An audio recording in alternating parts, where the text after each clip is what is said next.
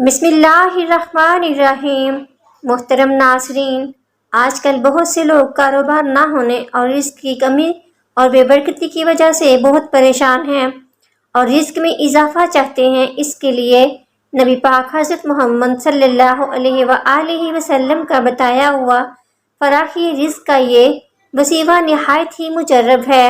حضرت ابن عمر رضی اللہ تعالیٰ عنہ سے روایت ہے کہ ایک شخص نے پیارے آقا حضرت محمد مصطفیٰ احمد مجتبیٰ صلی اللہ علیہ وآلہ وسلم کی بارگاہ میں عرض کیا، یا رسول اللہ صلی اللہ علیہ وآلہ وسلم، دنیا نے مجھ سے پیٹھ پھیر لی اور وہ پھر گئی، یعنی رزق کی بہت کمی اور تنگی ہو گئی ہے۔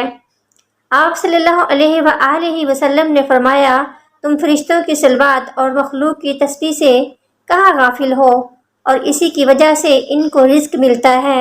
تم یہ طلوع فجر کے وقت یعنی فجر کی نماز سے پہلے 100 بار پڑھو، دنیا ذلیل ہو کر تمہارے پاس آئے گی، یعنی رزق اور دوسری نعمتوں کی کثرت ہو جائے گی۔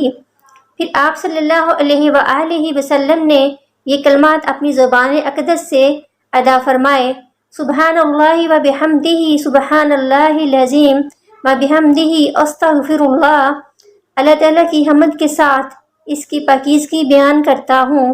اللہ تعالیٰ عظمت والا ہے، پاک ہے، میں اللہ تعالیٰ سے مغفرت طلب کرتا ہوں۔